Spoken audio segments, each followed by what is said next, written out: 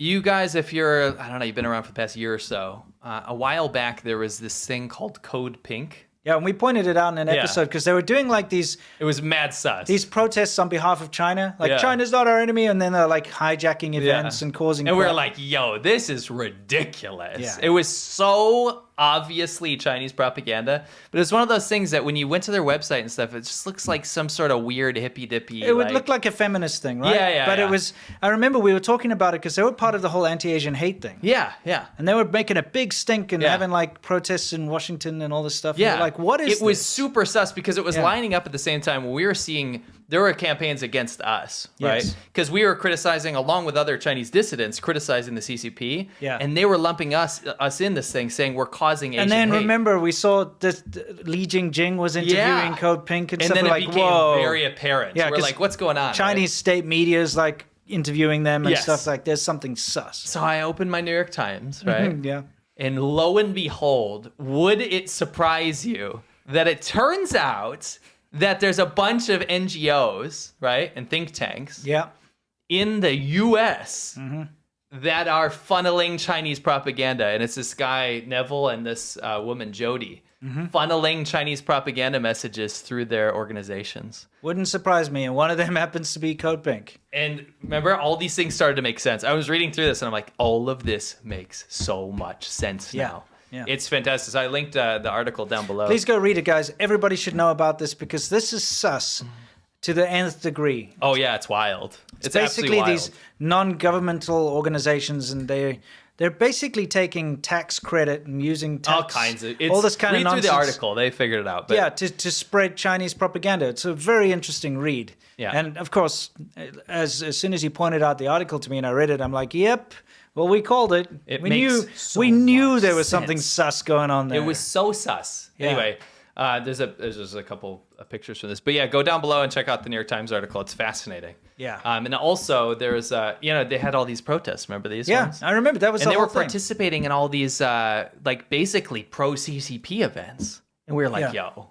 They're doing massive stuff in South Africa too. Yeah, I'm South Africa South as well. African, and it's disturbing to see how much Chinese propaganda has really taken hold in South Africa. Yep. It's crazy. Anyway, props to the people. who Yeah, figured this one whoever out. put that together is fantastic. Well Yeah, done. they're studying under the Shanghai branch of the propaganda department and everything, and like learning how to do messaging properly. To put it to you this way, there is a huge network of organizations on U.S. soil that are currently feeding you Chinese propaganda to make you hate the U.S. Yeah, so I mean, I can see how it works because they take advantage of the culture wars Yeah. and they get embedded in things like feminism or the anti-Asian hate movement. Then they have an avenue. Yeah, and it looks like if you look at an organization like Code You're Pink, like, for oh, instance, okay, it's that's like, oh great. yeah, it's Yeah. like they've got a message, they're all about feminism.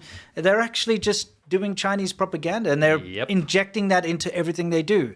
So now it's like feminism with Chinese characteristics. Or Because it turns out the original goal is just bullshit because it's supposed to be anti-war. Yeah. And then it turns out that they support Russia. And it's like, what are you doing? Yeah, that's here, not very guys? anti-war. You know what I mean? Yeah. So it turns out it's a propaganda front. Yeah. Just an example on their website, they this had to do with the New York Times, so I put it in here. Yeah. They gathered 2,500 signatures to protest the New York Times by saying they shouldn't talk about how Eileen Gu is skiing for China instead of America because that'll stoke xenophobia, right? They've been doing Chinese propaganda points like nonstop, and now it all makes sense, especially after we saw them interviewed by Chinese state media. Like Li Jingjing. Yeah, come on, it's pretty obvious. Yeah. Anyway, it's a catch-up, definitely worth a read. Oh, yeah. We thought we'd point this out again. Since we're talking about the shortcuts and the facades, the fake drains and whatnot, here you have in China, and I remember this, I made a video all about this years ago.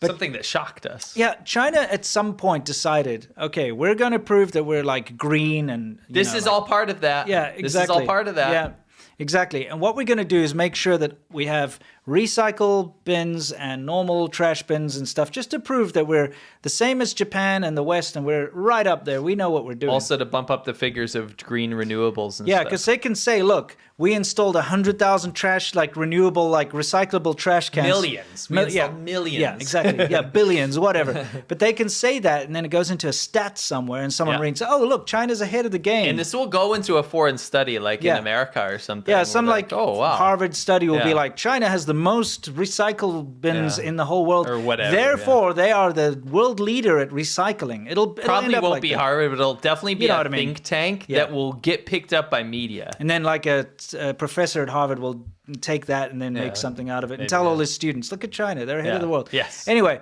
so this is how it's achieved. You can see it's got cans, others, paper, plastic, and it looks pretty progressive, right? It does. I mean, yeah. There we And go. we saw this firsthand multiple times. Oh yeah, I've got footage of that I filmed myself. And this is actually what happened in China. That's what ended up happening. Yeah. And it's still like that. Paneri Boy, of course. Paneri Boy. Oh, the fair rabbit child, piano boy. Crocodile. Okay. New Bailanera, New Bunrin, YG, New Bailun, New Bailun Loop. You buy you buy one pair, you get 3 pairs for free. So it can't be very good. You mean Aglo device? Gloives. This is the blessing from gods. This is the blessing from gods. You cannot get alcohol at Taco Bell. People are getting blown away by Taco Bell being on a plate. Changing a bunch of keys in this thing and go, you know what I mean?